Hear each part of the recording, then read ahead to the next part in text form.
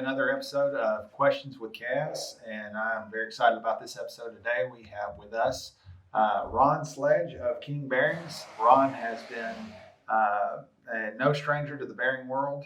Just asking him about how long he's actually been in the bearing industry, and talking to you. So since 1976, you have been involved with bearings in some sort or fashion or the other. But today you're with King and have been for the last 11 years.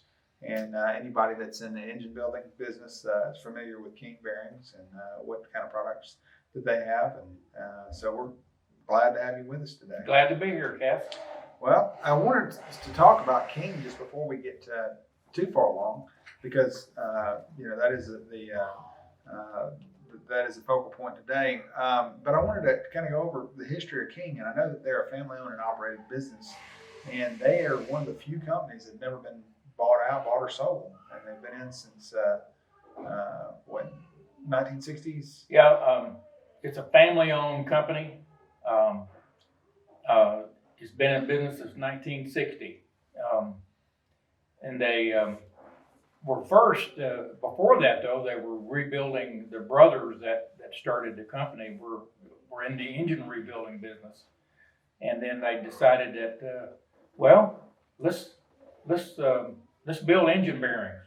There's always a need for that in the transportation world, and so they got their heads together and started a bearing company, and then they named it King Engine Bearings, and it's now headquartered in Israel. Wow. Everything comes out of Israel. All the manufacturing is there. That's actually the main headquarters for King is Israel. We do have branches in other parts of the world, the U.S. of course. Turkey, we got a branch there. We did have a sales office in Brazil. Hadn't heard much about that lately, but we basically are marketing worldwide. Now, if I'm not mistaken, doesn't King supply bearings to the Army of Israel over there? Yeah, they make bearings for the military, for the military vehicles. They also build engine bearings for airplanes, aircraft engines. Lycoming, Continental are two of the big ones that they make bearings for. And as you know, when you're building anything for the aircraft industry, you've got to really be top notch, and you got to have a very strict quality control. To make those parts. Absolutely. Yeah, that says a lot about the company. Not that only in the aviation world, but if they're trusted by the military in Israel, then they put out a fantastic product that you can. When you've got to get out of there, you got to get in there, or you want to stay in the air. That's right. Yeah, that's really interesting. Yeah, King has been in the industry for a long time, and they're a great company to work with. So tell us a little bit. Now we know about the company, but tell us a little bit about the products and how what are some of the things that they're offering now that they're using to create the bearings that they have. What kind of puts them gives them the edge, I guess, as you say. Well, I think the edge that King has is in the R&D category. We have a very smart metallurgist in our factory in Israel, Dr. Dimitri, we call him, and I can't say pronounce his last name, so I'm just going to leave it at Dimitri. Dimitri is a very smart guy, knows all about metals, what it takes for an engine bearing to do its job, and then he puts the right materials, right metals together. Comes up with the process to put them together and create the bearing that's necessary for every application that we list for. And we have a very broad coverage of parts of engine bearing sets. So I think that's our strength. Although sometimes I think we maybe get a little bit too many materials, and it does cause a little bit of confusion as to which one should a customer use. Yeah. Yeah, well, people don't understand. Sometimes they want a yes or no answer, and sometimes the yes or no answer is not really the correct answer. A lot of times, people will ask me, what turbocharger should I use? What injector size should I use? Or what, and the answer is generally, yeah. What do you mean, yeah?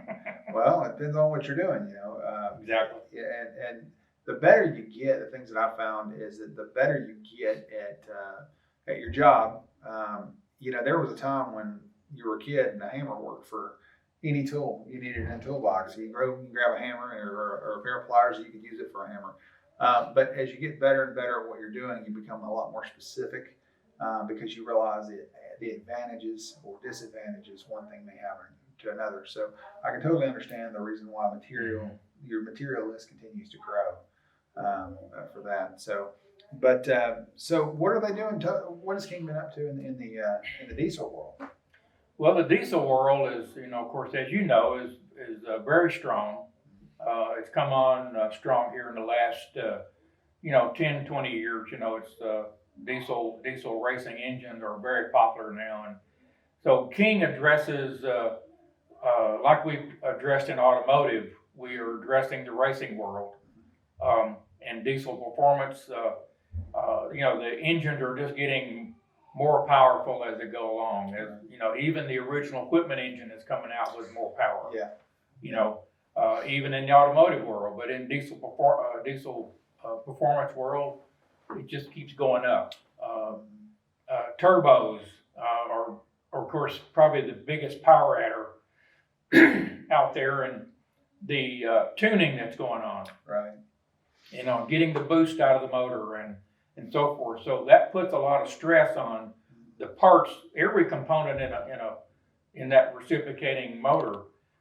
So the bearings, likewise, have got to take the load like any other component does. Right. So we have to keep, stepping it up, right. with new materials and more load capacity is basically where we come in. Because everything all the power that engine is making on the top side is transferred to the bottom end. The crankshaft and the bearings particularly have got to stay in there. Otherwise, you're going to have a tore up engine. Yeah, the bearings that you used to use for, say, the 12 valve, the old ISB Cummins engine, there was a time when it was a 160 horsepower engine. Now, today, we're looking at straight out of the box engines that are producing 475 horsepower and 1,050 pound-feet of torque. And that's just mind-numbing to think that a stock OE engine could create that much power. But everything has its fuse. We have so many guys that are in this business and so many guys that own diesel trucks. The first thing they want to do is they want to go out and grab a tuner and get the truck tuned. And then the next thing they know, they have a failure with something else. At some point, there's a fuse, and you're going to find it if you continue to push it. Well, it's the old domino effect. That's right. You add power to something, and then you've got a failure from that component being overstressed. So you have to do something to fix that, and then it just keeps going. And the bearing is no different. So y'all came out with the new model of GPC, is that correct? The GPC is our diesel performance material for all the racing applications. That's our highest loaded material. It's capable of 17,000 psi of loading.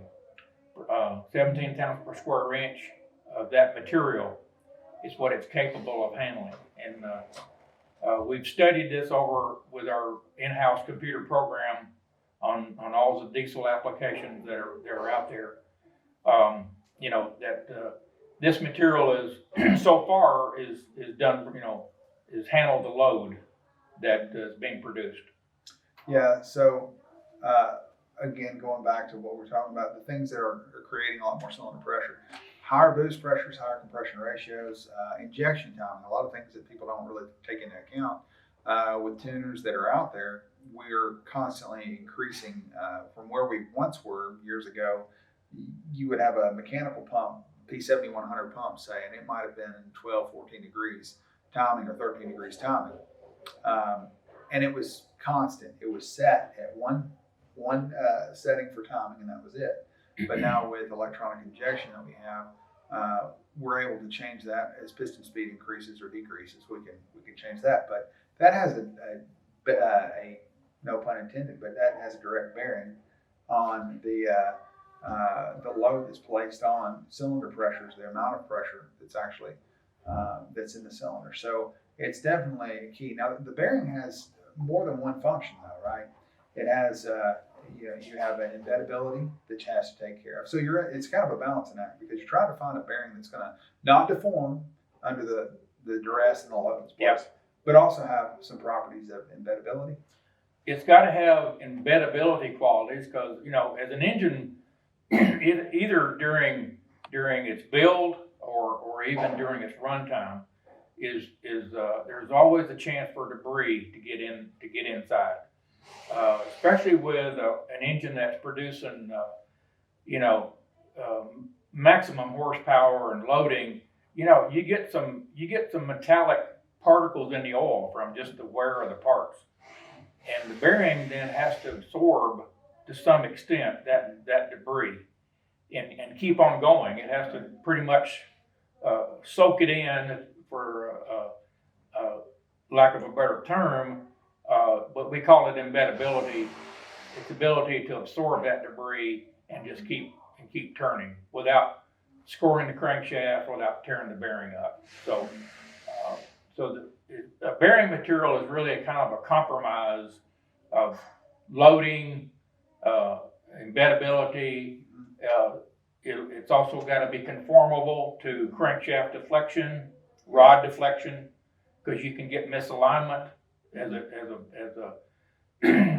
result of that, and that misalignment then puts stress on the bearing, and so it's kind of got to compromise the shift in the load and then keep on going. Otherwise, it's got to be hard and soft at the same time, is what I like to say. Kind of plays a rope-a-dope. Yeah, rope-a-dope. with the crankshaft. Yeah, keeping that barrier in between with the hydrodynamic wedge. Right.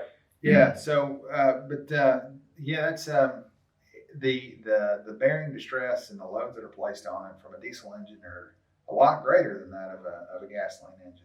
Oh yeah. So y'all's approach has to be different. You can't keep the same bearing. Your cylinder pressures are extremely high.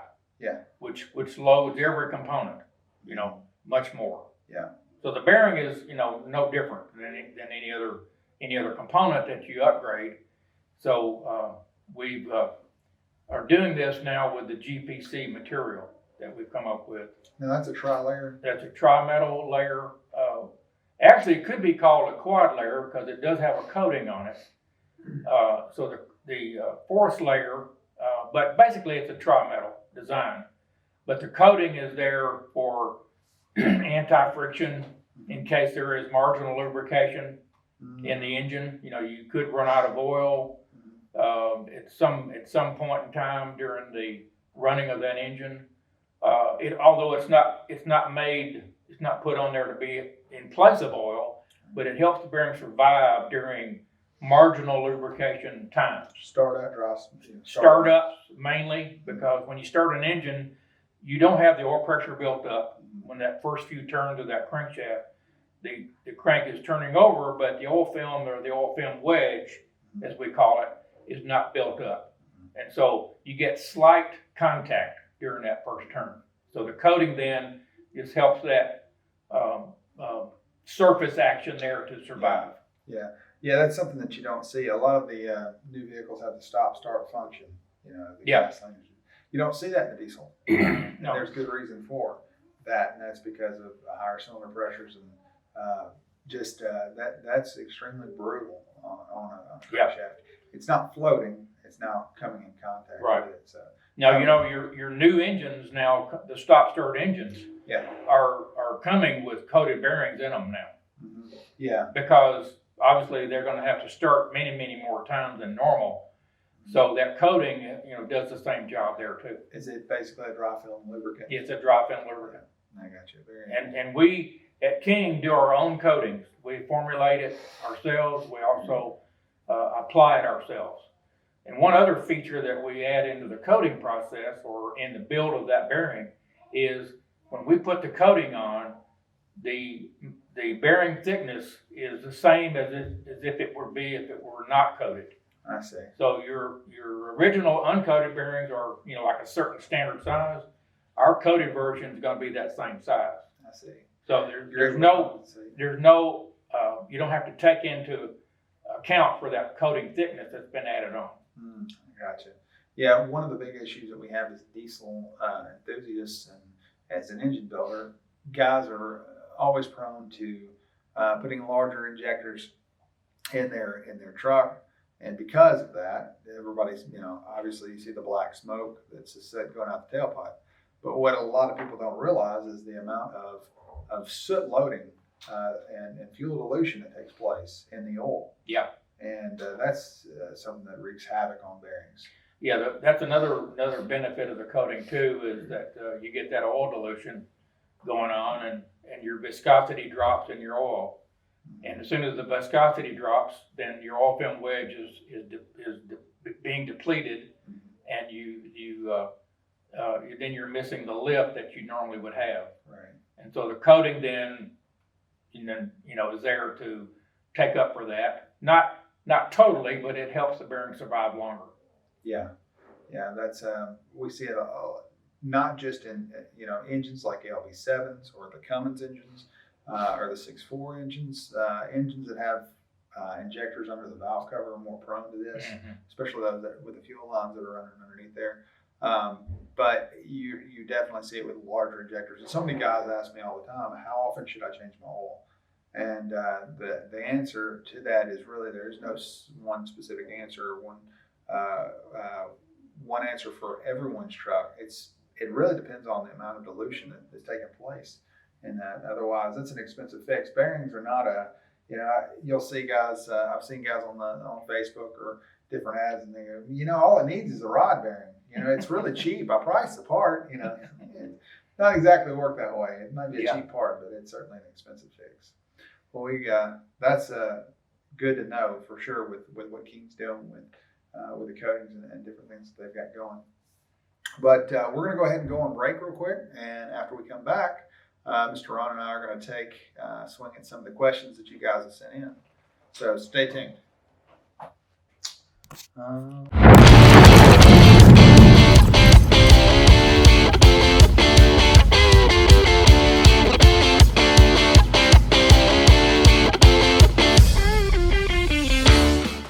Red, why is there an army of customers trying to get into the building? What did you do? Me? I did nothing. I'm innocent of all actions. What is this? Would you believe it's a motorcycle? No. Would you believe it's my favorite action figure? No. Would you believe it's a glass of lemonade? No! It's a power stroke socket that'll fit any oil filter and gas filter. Oh, is this what it is? I would have never thought that this. It's my least favorite thing to show people. Red! The power stroke socket is so irresistible to our customers. The versatility means it can be used on any power stroke oil filter. That's why our customers always try to mob us for them. A few moments later.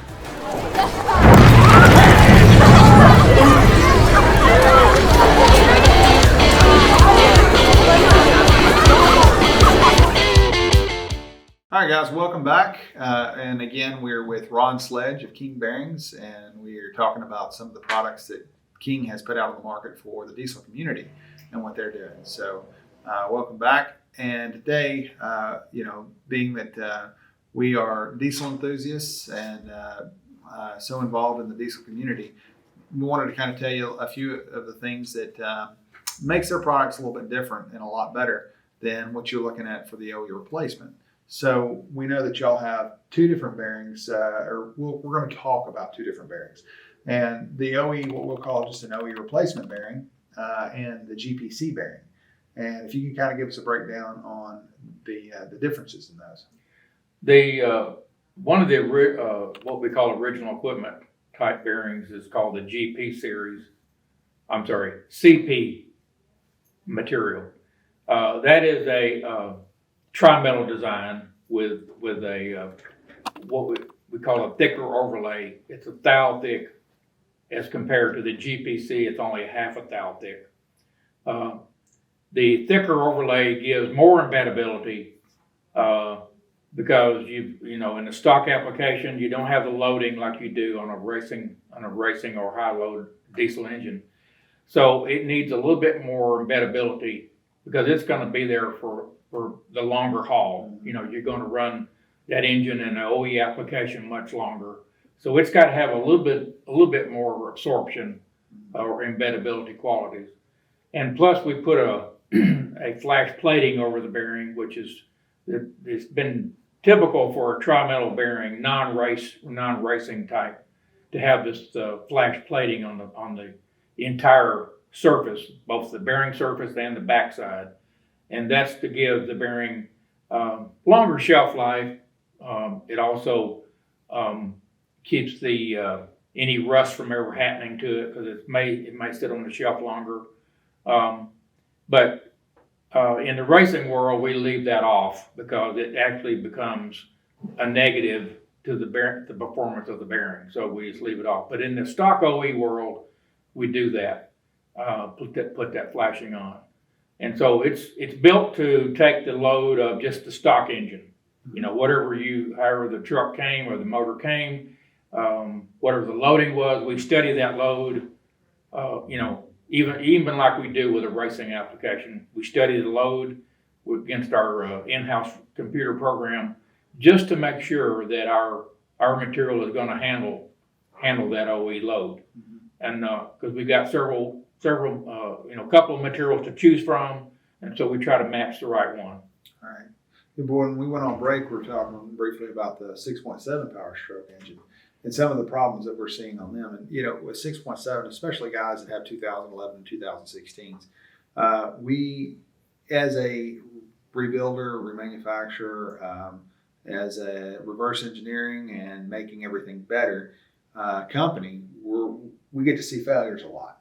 And I mean, we spend hours and hours and hours on what caused the failure of the OE.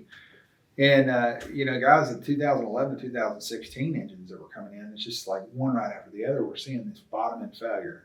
For the longest time, it was really, really hard to get good core engines that the crank and the block now were fuse welded, you know, together through bottom end failure. And as we studied that, we got to look and we found that the clearances of the factory, which they kept pushing for a lighter weight oil. And the reasons for that lighter weight oil, basically for fuel economy. And also they have emission purposes for that as well.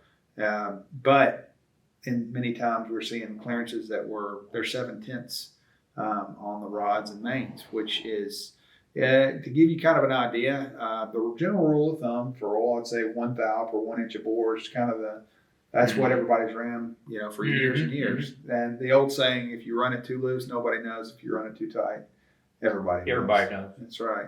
So they're running too tight on that. And, you know, it definitely led to many, many, many failures that we see. But to give you an idea, those that aren't machinists, 7/10, the human hair is about 3,000. So about 1/4 of the human hair is about what they're running for oil clearance. That's tight. That's extremely tight. That's scary. I mean, there's so much deflection that you're talking about in the engine itself. You know, you look at a block and you think, okay, that's a rugged piece of material that's not going to move around. But with the explosions that are taking place every 90 degrees, it's getting pushed every direction. Yeah. There's a lot of forces that are being acted on the crankshaft. And 7/10 clearance just does not allow for. Yeah, deflection is happening everywhere. That's right. That's right.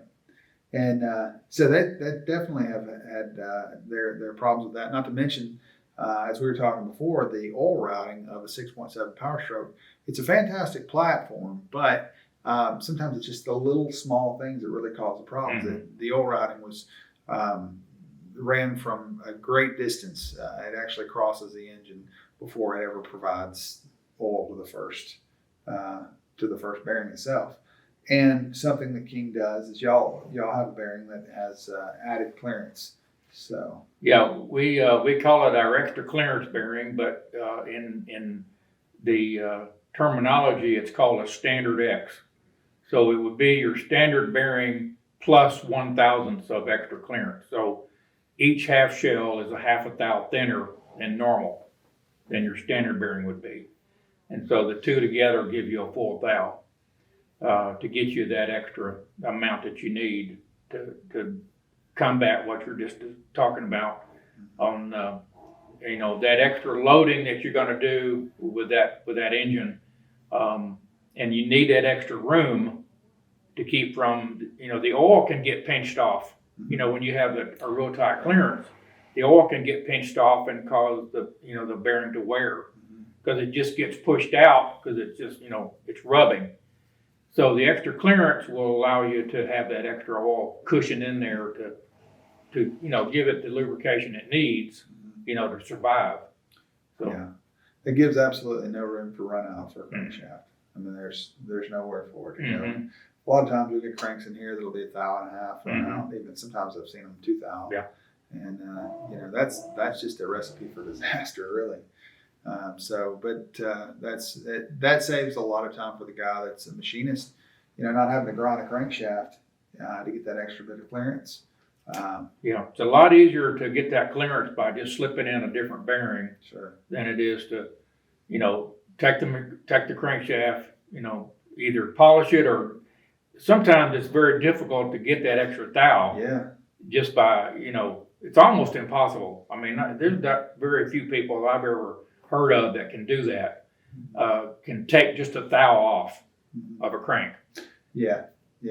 Yeah, once you touch off on that, it's just that first touch off. That's where you really got to be careful. And if you don't hit it right on the first mark, you've ruined it. You're listening for that water to hiss, just barely feeding in. Yeah, that's not much. It's definitely not much. So let me say something else about that as far as what we have a lot of people call in and they want to, the difference between oversizes and undersizes.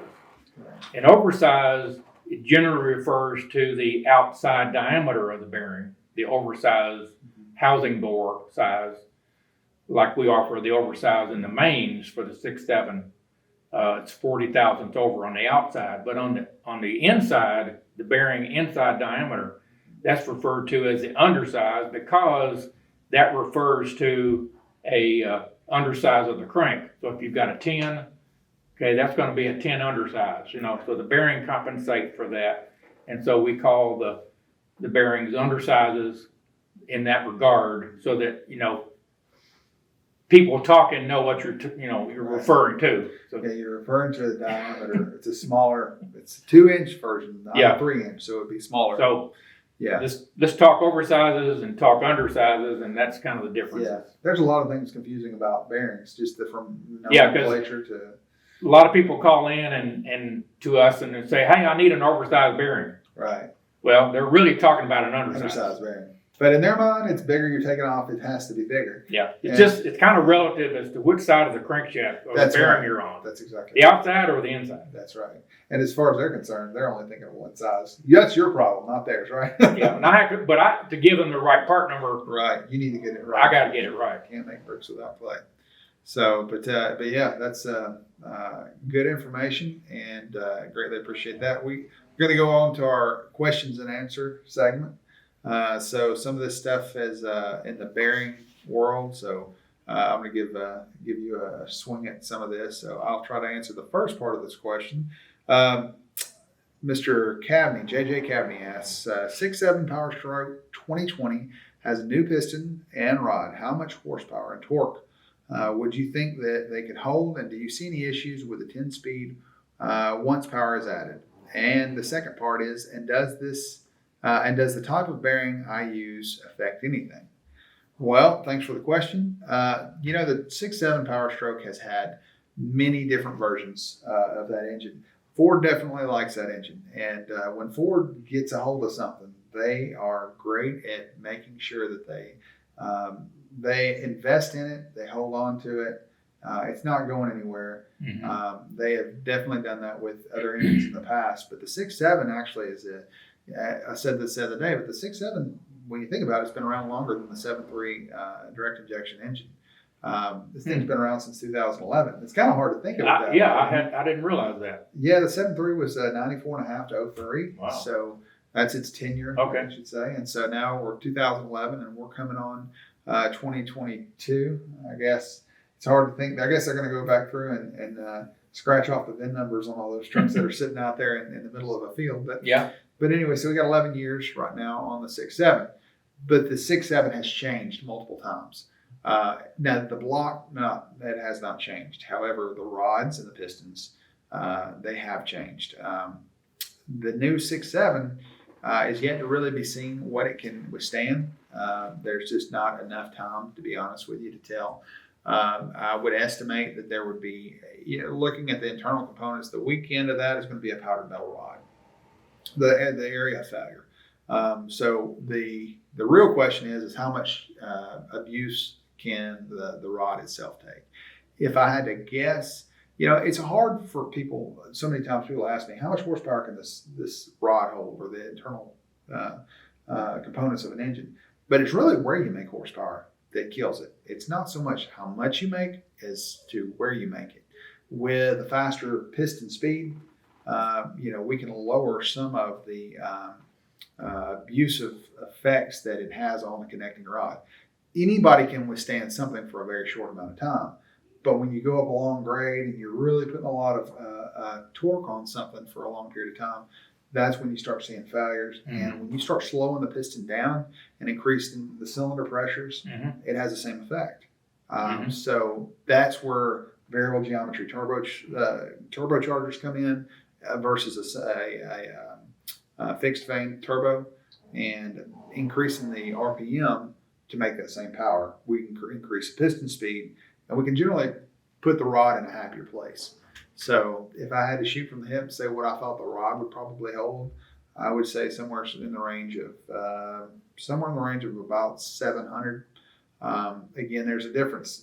People ask, well, how much horsepower can it make? And the other question is how long will it make it? So there's a compromise there. Mm-hmm. Anything can do something for a little time. And the second part of that is, do I see any issues with the 10-speed transmission?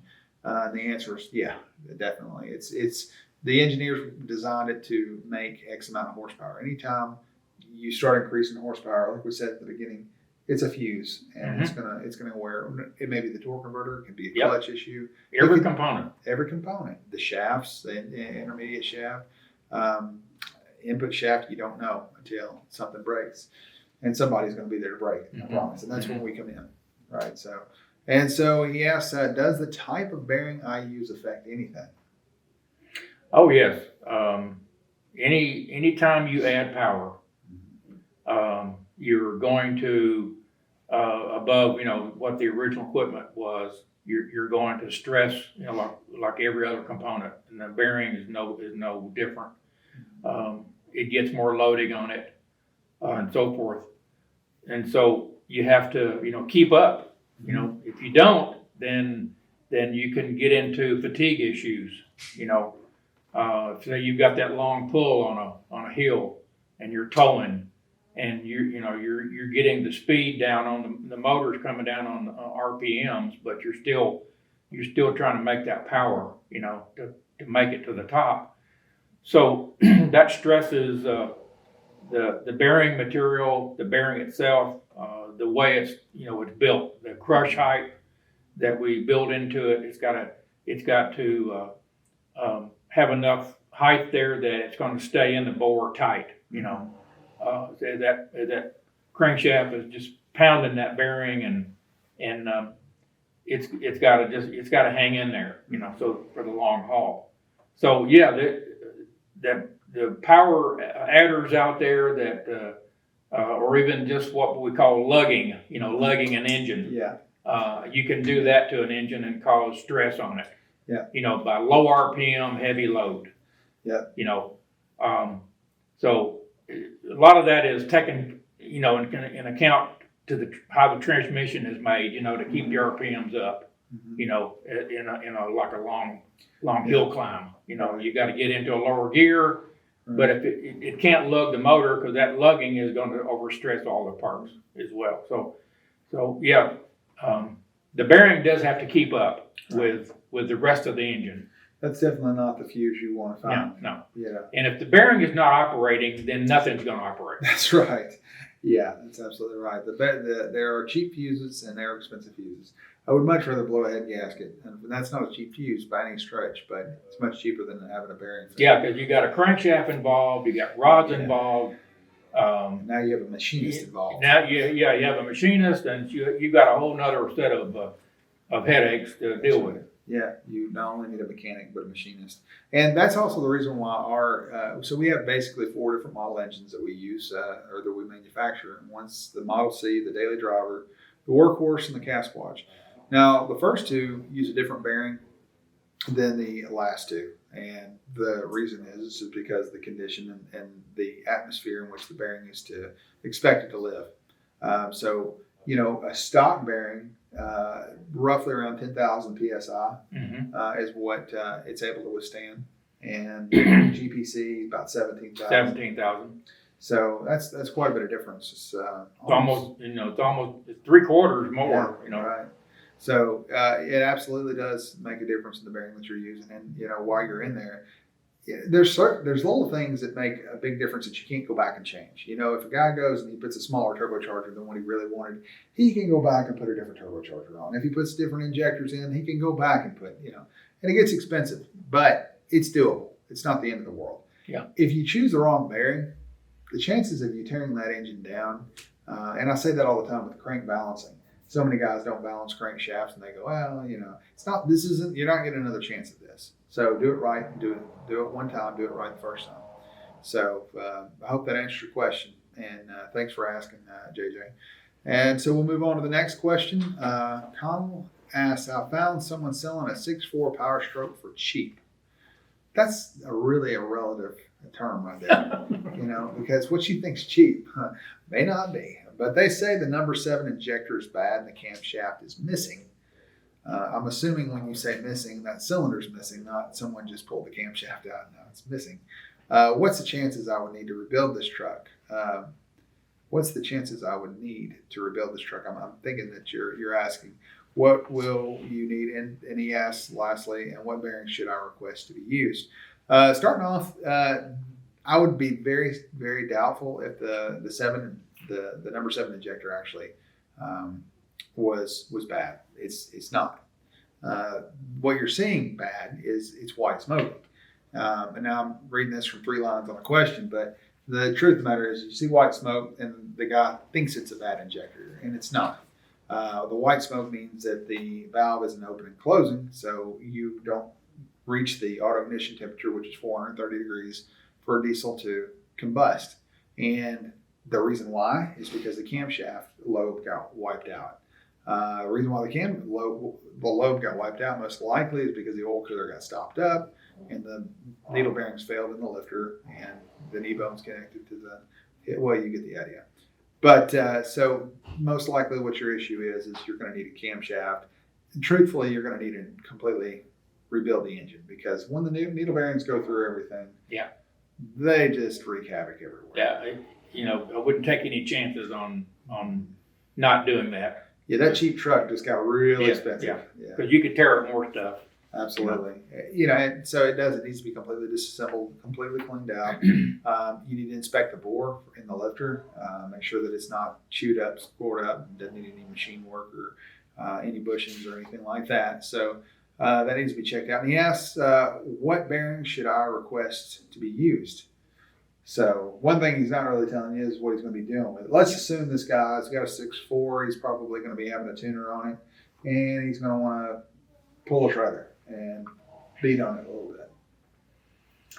Well, I would say that probably unless it's just going to be like a puller, like a pulling competition type of truck. I think for what he wants to do with it, not knowing all the information, but I would say just go back to the original style bearing, like the CP or the SV series, depending on which one we have catalog for that particular motor. But those are the 2 materials that you can look out for. But the GPC is kind of set aside for your all-out racing kind, and you'll get more longevity out of the specified stock part, OE part that we have. And, for things that I just mentioned earlier about embeddability, and so forth. So that's what I would, not knowing any other information about what's gonna happen, that's what I would choose. All right, well, Colin, hopefully that answers your question. And if you need any bearings or you need any parts or you need an engine, I know a guy, so give us a shout. Let's see, moving on to Steve-O. He says, in theory, could I just cut the end? And this is off of, okay, so you sent a question. It says, in theory, could I just cut the end of a coolant line at a leak and then shorten the hose by sliding it up? Would that still work? I don't know. You tell me. I guess it depends on the length of the hose, and it depends on what you're cutting in and trying to seal it too. Let us know how that turns out for you, Steve. All right, so we have a certain segment, the no stupid question of the week. To be honest with you, I think there's some nomenclature for that. I think it should be the stupid question of the week, but others around here have chosen to name it something different. And this is Davey Q, says the piston head was still functioning. This piston head was still functioning fine, but my mechanic won't put it in my engine as he is rebuilding it. Is he trying to short me, or is this legit? Reference picture. Oh wow. Well, Davey, I think you got all there was out of that piston. Looks like you might want to change an injector. You may go over and ask the other guy for the 7th injector out of his truck to put it back in this, because you've. Yeah, I think that piston is spent. Yeah, I think that. I think you have a nice piece of molten aluminum. I don't even think it'll fit in the bore anymore. I don't think it will. I don't think it will. I think that you have gotten your money's worth out of that. Yeah. And it's fixing to get its money's worth out of you. So anyways, well, I greatly appreciate it, Mr. Ron. Thank you so much for So glad to be here, Cass. It's our pleasure. It's been a lot of fun. It has. And thanks for watching, guys, and tuning in. And we will catch you next time on the Q&A. And please like and subscribe. Go and check out King Bearings as well. Y'all are on, I know you're on, I think Facebook and Instagram. Oh, yeah. We're on Facebook. Yeah. And kingbearings.com. A lot of information there about bearings that you can, at your leisure read and find out about all of our different materials and a lot of detail there that to read. And a lot of people call in and say, "I've been reading your information on your website," and they've gained a lot of information. And absolutely. So, good place to go for just fill your head up. There you go. We'll make sure that we put the link below. And thank you so much for watching, and we will see you next time. All right.